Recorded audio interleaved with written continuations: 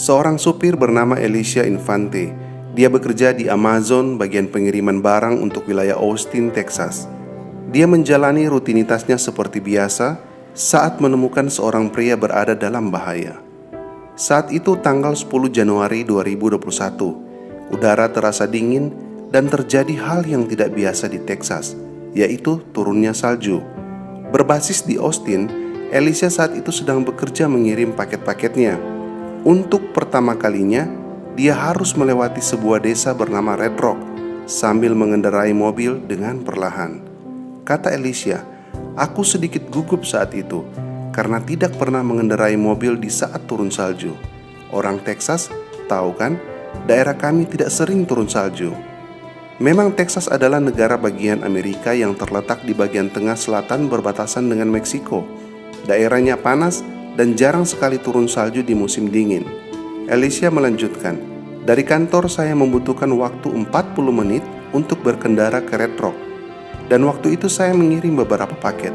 Cukup menegangkan pergi ke sana saat itu, karena saya melihat ada 2 kecelakaan yang terjadi." Alicia sedang mengemudi di jalan yang sepi yang belum pernah dilewatinya.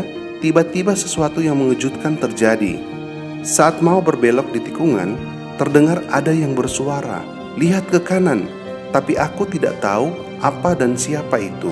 Aku tidak tahu apakah itu roh, malaikat, bisikan, atau hanya perasaan, kata Alicia. I never go to Red Rock, ever. I was turning a corner and something told me, look to my right. And I don't know what it was. I don't know if it was a spirit, an angel. Alicia melanjutkan, "Saat melihat ke kanan, aku melihat seorang pria melambaikan tangannya yang berlumuran banyak darah. Kelihatannya dia panik. Aku pun tahu dia dalam bahaya, dan saya pun berhenti. Saya melewatinya karena tidak bisa langsung mengerem tentunya. Dan saya terus berpikir, ya ampun, apa yang akan saya lakukan? Anda tahu, saya mundur dan berhenti di depan pintu gerbang meskipun aku sadar itu bukanlah ide yang baik. Karena saya melihat dia tidak memakai sepatu." Alicia tidak tahu bahwa pria itu adalah Hakim Senior Distrik Federal Amerika Serikat James Nolin. Pria berusia 83 tahun itu sedang bekerja di peternakan mengawasi hewan ternaknya. Lokasi peternakannya terletak di pedesaan yang jarang sekali dilewati mobil, dan disitulah kecelakaan terjadi. Waktu itu Minggu sore, Hakim Nolin berada di peternakannya seorang diri, sedang mengambil tong sampah dan mau memindahkannya ke pinggir jalan raya supaya sampahnya bisa diangkut oleh mobil sampah pada Senin pagi. Dengan hati-hati Hakim Nolin berjalan membawa tong sampahnya sambil menghindari cattle guard yang berpotensi licin saat itu karena tertimbun salju. Cattle guard atau cattle grid adalah peralatan jaringan ternak tradisional yang terdiri dari sekumpulan batang besi yang berjejer dengan jarak rata-rata 5-20 cm. Panjang dan lebar tergantung besarnya pintu gerbang. Diperuntukkan supaya mobil bisa keluar masuk, tetapi tidak hewan ternaknya. Dia berjalan dan meletakkan kaki kirinya sedikit ke tepi batang besi cattle guard yang sudah membeku karena ada es di atasnya. Namun kaki kirinya tergelincir sehingga membuatnya terjatuh cukup keras dekat aspal jalan, dan pinggul kirinya terasa sakit sekali. Ternyata tulang pahanya patah, membuat dia tidak bisa bergerak. Saat itu Hakim Nolin berpikir dia akan mati, karena sudah 1 jam di situ dan tidak ada mobil atau satu orang pun yang lewat. Tapi ternyata datanglah malaikat penolong.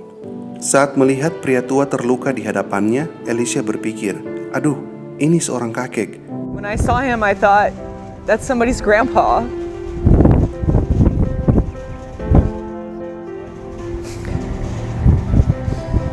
I know something or somebody put me there. I know that for a fact because I know what I felt. And I know a lot of people don't believe in faith or they don't believe in stories like this, but it's real, you know? Somebody sent me there. Alicia mengambil handphone dan langsung menelpon tim medis. Sementara menunggu bantuan datang, Alicia menutupi badan pria tua itu dengan jaket Amazonnya agar supaya dia merasa hangat.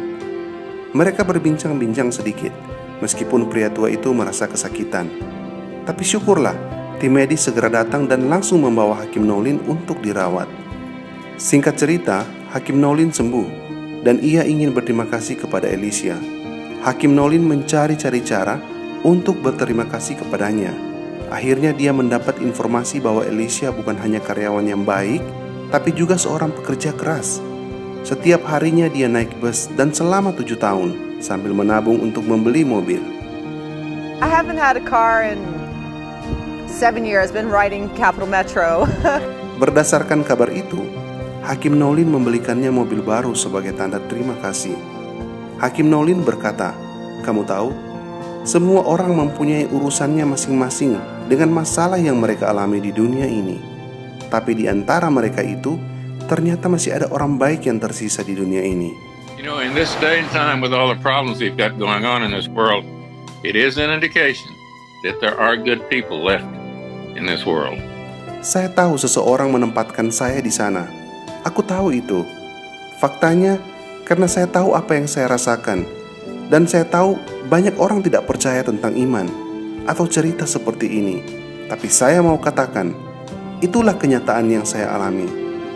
And I know a lot of people don't believe in faith or they don't believe in stories like this, but it's real, you know? Somebody sent me there. Sahabat-sahabatku, kisah ini adalah pengingat bahwa kita harus melakukan atau berbagi kebaikan kepada orang yang membutuhkan, bahkan orang asing sekalipun. Dan Hakim Nolin menunjukkan kepada kita bagaimana cara dia bersyukur melalui apa yang dia bisa berikan atas kasih yang sudah diterimanya. Hakim Nolin bersyukur karena dia masih diberikan kesempatan untuk hidup. Dan Alicia berterima kasih kepadanya karena mendapat mobil baru. Whatever the cost was, that I'm happy to bear the cost. And I just thought, I don't deserve that, you know? Maybe like a thank you card or a steak dinner, I'll take that. We'll be good.